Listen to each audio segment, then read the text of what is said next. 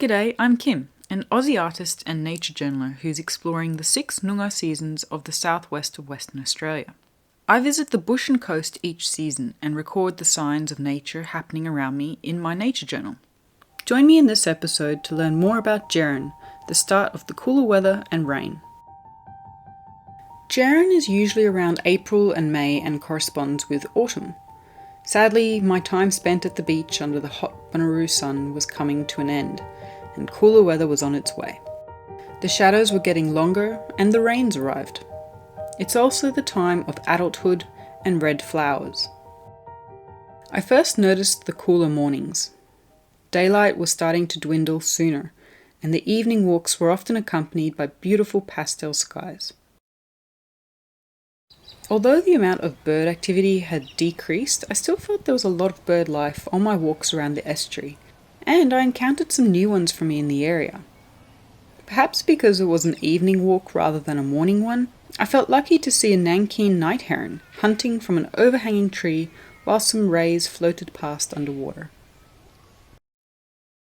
Not long after Mandurah's Crab Festival, I spotted a crab hunting by the Warringup Spring Boardwalk.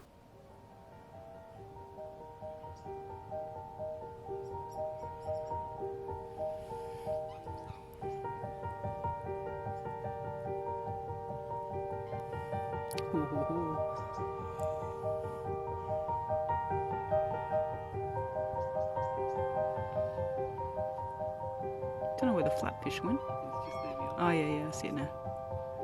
He's the boxing judge.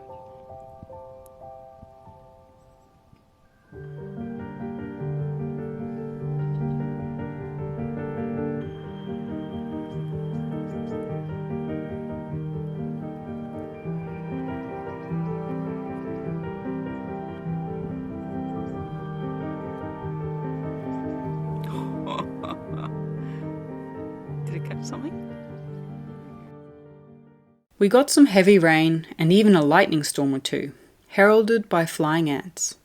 In fact, I noticed a lot of invertebrate activity during this period. However, the population of spiders seemed to decline. We even had a spider wasp visit the house.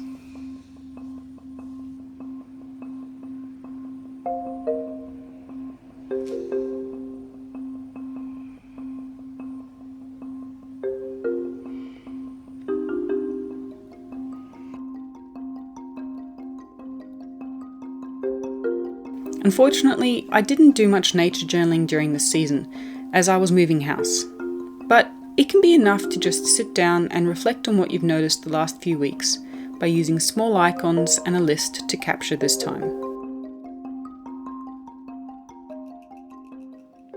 At my new place in the northern suburbs of Perth, I met my new neighbours, namely a family of white-cheeked honey-eaters, singing honey-eaters, some doves, and a pied butcherbird. They really seem to love this tree with the red bottlebrush-like flowers, and I think it's a New Zealand Christmas tree.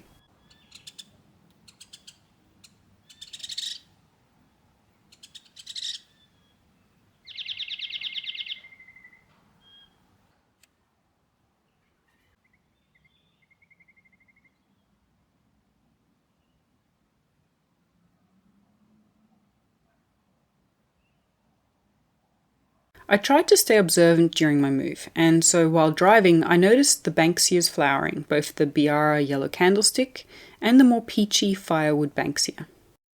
I also spotted bits of yellow from some wattles and discovered the name of the interesting red-capped gum, or Ilyari.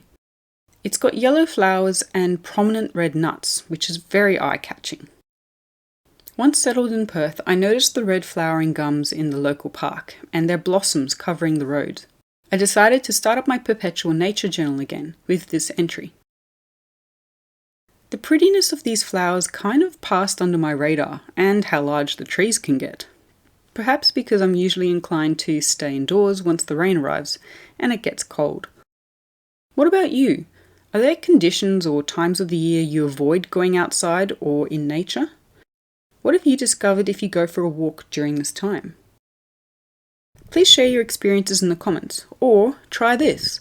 Go outside at a time you normally wouldn't, and look at the nature around you. How is it different? Can you discover anything new?